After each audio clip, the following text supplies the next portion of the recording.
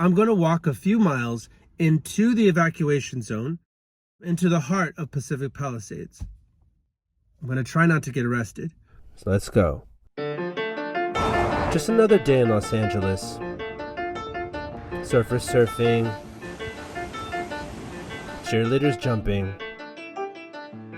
I was sending cat videos to my girlfriend. People living out their lives. But as day turned to night, we didn't know that all hell would break loose. I was at my friend's business trying to help out. Oh, you can see the fire from here. Oh my gosh. Yeah, Mom. Trying to take things down to avoid destruction.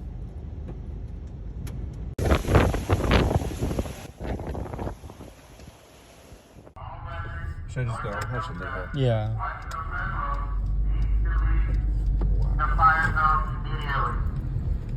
The next morning, ashes were raining down as the evacuation zone was expanding, and we needed to leave. Even 60 miles outside of LA, big rigs were overturned by the high winds. All these trucks, look at that.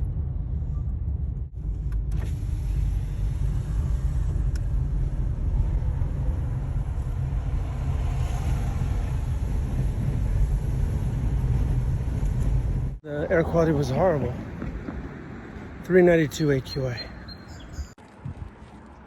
So I'm gonna walk down here, cross that bridge, head up a few miles up there. So I gotta walk 2 miles to the first checkpoint. I was talking to residents, and this resident in the red pants, she showed me where it is. We're both trying to get through. I saw a guy walk around, and I noticed that the cops didn't chase him down. They just put on their sirens. I talked to a police officer. They're just trying to keep people out. That's the idea. And not let them access certain sensitive areas. But I found a way in. Right there is my access. I was on a staircase trying to nonchalantly back up, and I made it inside the evacuation zone. Nobody on the street. This whole area is just empty. Let's do a quick rewind so you can get a better sense of Los Angeles. We'll talk to a couple of residents, a tourist, and a frequent visitor. What's your name? Danny. And where are you from? From Scotland. I was born in London. My parents met there. My dad's Indian, so he's from Singapore. I'm just from the Bay Area in Northern California. I'm Armenian and Greek. My dad is from Turkey. He's Armenian, and my mom is half Greek, half Armenian. I'm a model and an influencer, especially in LA. There's so much to see. There's so much vibrancy everywhere. People seem a lot more open-minded. This beach is massive. It's a beautiful place. We're really blown away by this area. I definitely enjoy the sunny weather. Like, you come into LA and you have all these expectations and these videos you see online. I grew up in Hollywood, actually. It's really nasty. It's really dirty. It's not clean. Everyone wants to live in like Hollywood Hills, but no one wants to live in Hollywood. Just completely empty, desolate. So they've closed off this area because they don't want any looters to come in and people are getting in the way. But the residents are really frustrated because they can't get back in. I mean, people's homes have been burned down. They just want to see what they can salvage. I talked to someone. The people don't want to be interviewed on camera, but they've lost, everything. They had 5 minutes to get out, and they grabbed what they could. A couple of photo albums. Yeah, a lot of devastation, a lot of loss. I had to, it came fast. I was in the Pasadena area, and out of nowhere, it started to get windy. We knew there was going to be a windstorm, but usually those things those kind of warnings don't amount to much in Los Angeles. Yeah, a lot of electricity still out. They have some of the lights off. All this area, this is only for emergency services. I see convoys of police cars going by. But I think they don't stop me because I have my camera. Stood still, so people just left the tennis courts, tennis balls scattered on the ground. Gates, doors left open. Should have worn a mask. It smells like you're next to a campfire constantly. Smell that smoke heavy in the air. Yeah, it's pretty surreal. And you know, it's good to remember. I mean, I talked to some residents, and you know, I talked to somebody. Her house burned down, and she just asked me to be sensitive to the situation. Someone named Brianna, and she moved in with her boyfriend last year, and he grew up in the neighborhood. He grew up in Pacific Palisades. So his elementary school burned down. The store that they go to burned down. That's like utter devastation. I just wanted to come here to see Pacific Palisades, some of the places that I remember that I've had gone to, and show people what has happened over here. Yeah, definitely. This is like definitely out of like a disaster film.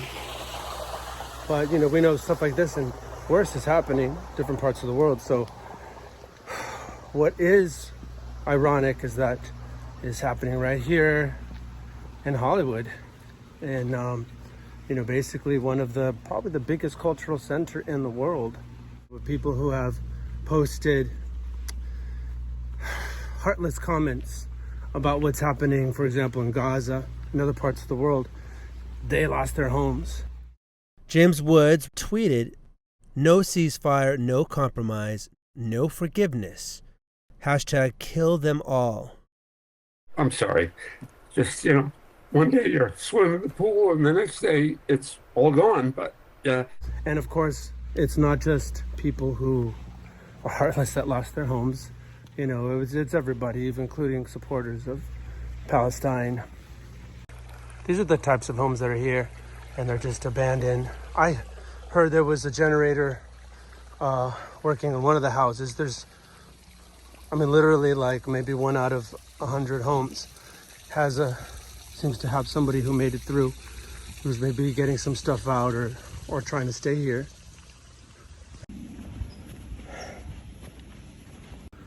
There's a little more ash in the air over here. The sky is blue though. That's kind of strange. Yeah, that happens throughout the city. Like in some places where the sky is blue, you just see ashes falling. So yeah, the ashes are blowing all over the city. So this is the famous Sunset Boulevard, and lights are off, and it's just only emergency traffic. It's very strange, very surreal. Sunset Boulevard. Wow, so quiet, only first responders. Okay, so I found the beginning of the destruction. So this is along Sunset Boulevard here in Pacific Palisades, and this fence is just obliterated, but look, the home stands.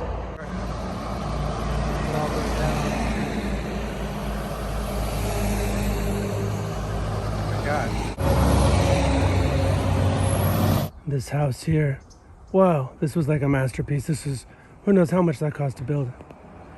Wow, that structure is burned. Oh my goodness. Iconic houses in Los Angeles. Everyone's seen that driving down Sunset Boulevard. Wow. One of the richest neighborhoods in Los Angeles, and that's why there's a lot of famous actors and producers and people from the entertainment industry who live here. But this is a place where everybody would come, you know, to get away from it all. You drive down Sunset Boulevard and you head towards Malibu, drive up the coast. Everyone's been through here. So this kind of belonged to everyone in a sense, and everyone who lived in Los Angeles. Wow. It amazes me sometimes what people choose not to see.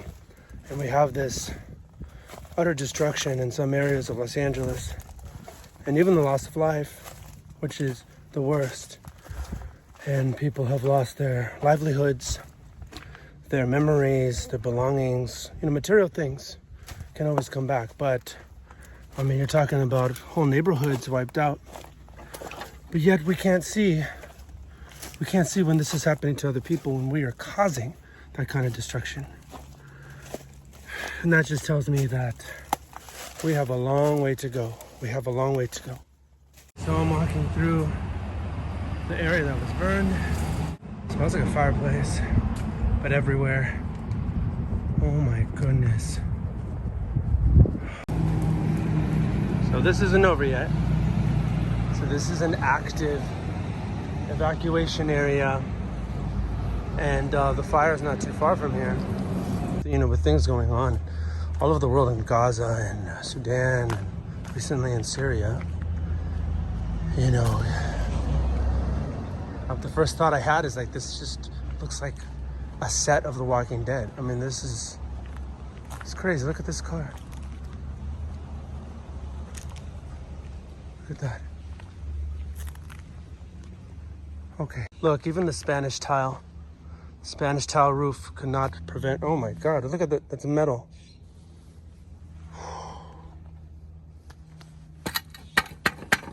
What the heck? That was a very hot fire. Oh my God, this is pretty toxic. Oh, this is a shame. Very sad. Yeah. This is very sad. Looks like a BMW. I mean, you can almost see the memories right here. Like how they lived. I think that's the patio. And then there's the fireplace over here. Fireplace still standing. Yeah. Oh my gosh, water's still flowing. See, this water's still coming out of that pipe. Look at that devastation, just everything gone. And these people probably had to leave with a moment's notice, like with 5 minutes, just to grab whatever they could. Salvage whatever they can, you know, but make sure, of course, the first thing they thought of was trying to get their loved ones out. Wow, this is very, very,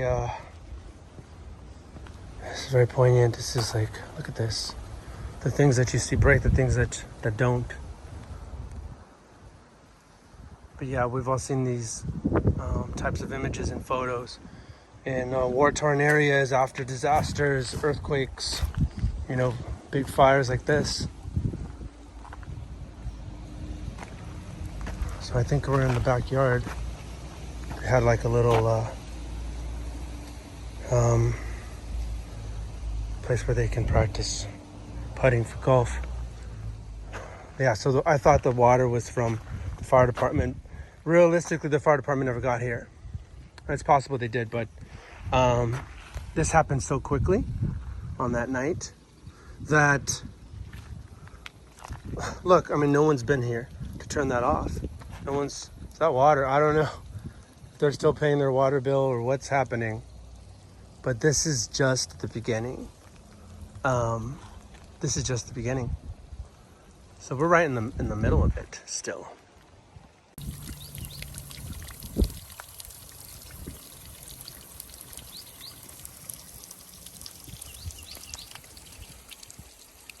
Nothing here but birds, an eerie silence, and the sound of fire engines and police cars passing by. The only thing I've seen like this in my life was in Detroit, in you know, the quote-unquote worst neighborhood in Detroit, where literally I went down the street, every other home like this was burned down, and that's for different reasons. That's because of social decay, industries moving out, and people abandoning their homes, and you know, drug addicts and squatters burning down the homes accidentally. Over time, you just had what looked like a war-torn area. That's the only place I've seen that's, this reminds me of that. Here we have 1, 2, 3, 4, there's a structure there, but maybe 5, 6, it just keeps going down. Oh, so many of these homes are gone. Strangely, some of them are still standing. It's completely melted, look at this. Oh my goodness. Look at that. Whoa, what kind of car was this? This one completely melted. What? How hot was this fire? Look at that, the doors just fell off. Oh, it smells really bad here. This cannot be safe to be around. Wow. Utter devastation. This is really crazy. Really unthinkable. I mean, really unthinkable in this part of Los Angeles, especially. You would think this would not be possible. So it really just, it came as a big surprise. I mean, it came fast. I mean, I felt the wind build in literally a few seconds. Like it felt like a few seconds, but it was probably like literally less than 15 minutes. It went from being balmy, a balmy breeze, to like practically you're starting to worry for your safety that something's gonna fly, some big piece of metal's gonna fly and hit your head. That's what it was like in near the E10 fire. That's where I was. This is clear on the other side of the city, but the same storm was happening throughout Los Angeles. And so when we could see the fire in the distance, and but I did not think, because I've lived here for almost half a century. I did not think that fire is gonna cross the city, and probably people felt the same way here. They probably saw the fire in the hills, and by the time they noticed, it was too late. It was coming at them too fast.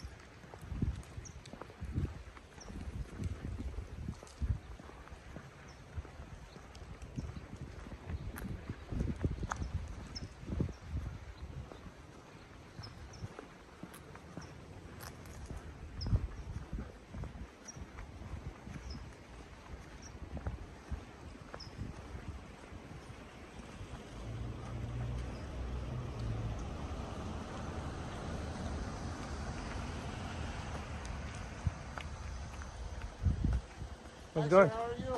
Good, how are you doing? Good. Do you have your media credentials with you? Oh, no, I don't.